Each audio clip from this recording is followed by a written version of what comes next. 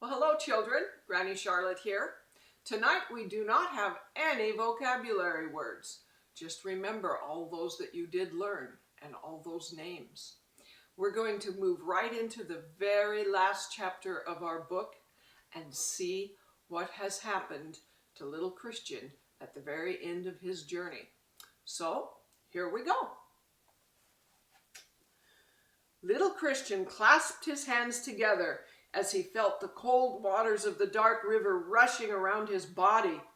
Hopeful kept close to him and tried to hold him up, but the little pilgrim was soon losing his footing and cried out, "I am sinking! The water is going all over me!" "No, it is only rough," said Hopeful. "Do not be so frightened. I can feel the ground at the bottom of the river, and it is quite firm. We shall cross safely, and then we shall have no more trouble." "Perhaps you will cross," whispered Christian faintly, "but I am sure I cannot. I shall never see the king, and I do so wish to live with him always." "You will live with him. Look up, Christian, and don't think about the water. We can see everything quite clearly now. The city is full of light, and the shining ones are waiting for us at the gate." "They're waiting for you," said Christian, "not for me." And then his head sank down on Hopeful's shoulders. For a little while he did not seem to hear anything that his companion said, but Hopeful held him tightly in his arms and prayed very earnestly to the king to help them both in this last trouble. And here's a picture of Hopeful holding up Christian to make sure he actually makes it to the other side of that dark river.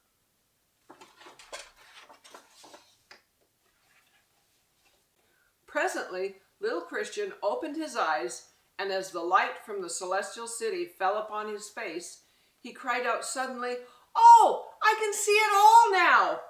It shines like the sun, and I heard the voice of the prince. He said, 'I will be with you in the waters.'" "Then I'm sure we need not be frightened," said Hopeful. "Take hold of my hand again. The prince will never break his promise." So little Christian's courage came back to him, and he did not faint or tremble any more. Hand in hand, the little pilgrims made their way across the dark river, and after a time, its bed seemed to grow firmer, and its waters were less rough. Then they saw that the two shining ones who had brought them down to the river were waiting to receive them. In a few moments, the dreadful passage was over. Gentle hands drew them out of the water, and they stood safely upon the shore. And here's a picture of the shining ones rescuing Christian and Hopeful as they were climbing out of the dark river.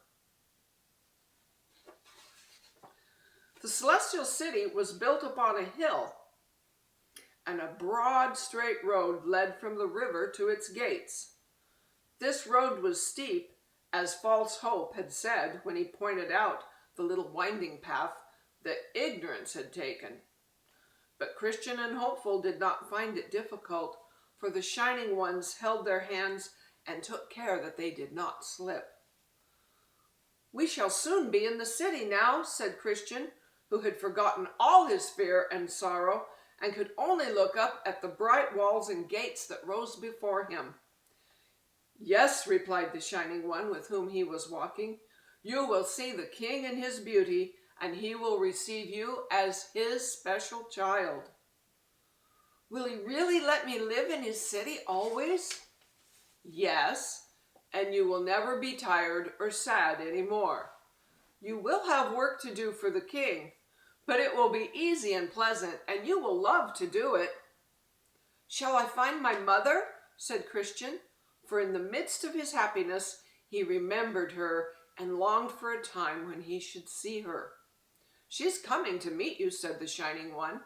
"She knows that you are with us, and she is so glad that your pilgrimage is over and you have crossed the river safely."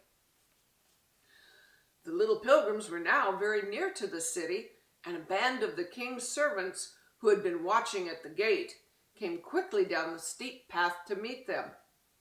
"These are two of the king's little pilgrims," said the shining ones, "and we are bringing them home to the celestial city." Then, as Christian looked up, one face seemed to him to be brighter than all the rest.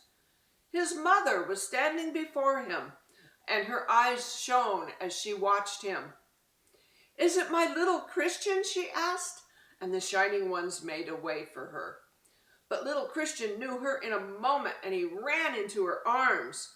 "I have come to you, mother. I have come," he cried. "The king has taken care of me, and someday he will bring my father too." "I shall never lose you again," she said. "The king is very good.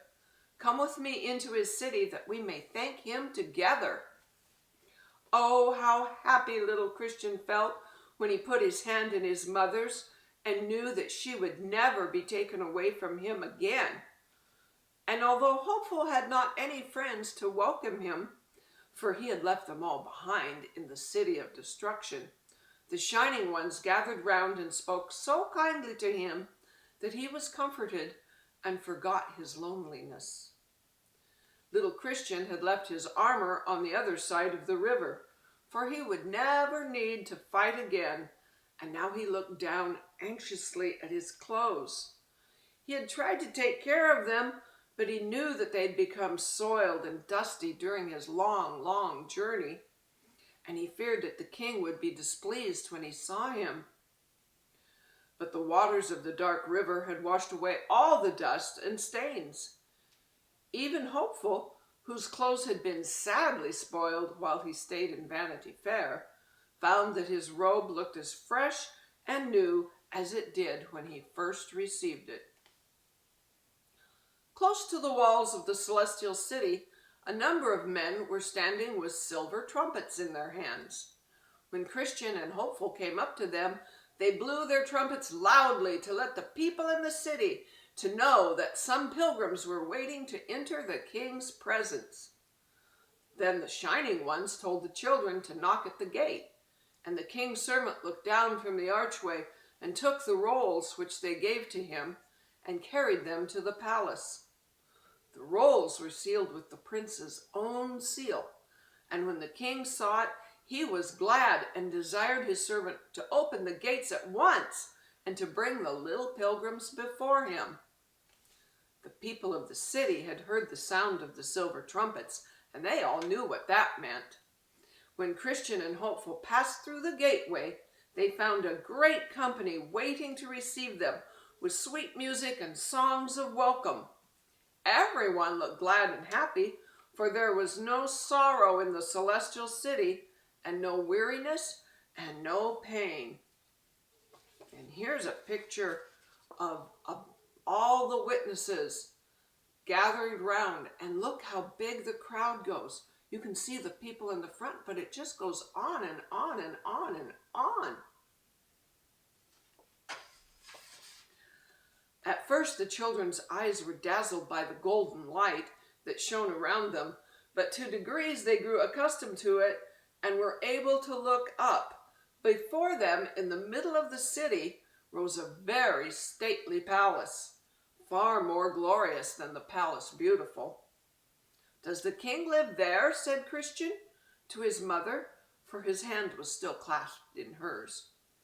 "Yes," she replied, "and when you have knelt before him and seen his glory, you will be perfectly happy forever." "I am happy now," said little Christian, "because I have found you and you love me." "Ah, yes," she answered, "but the love of the king is even far greater than mine." The little pilgrims had now reached the threshold of the palace, and as the doors were thrown open, they heard a sound of the very sweetest music.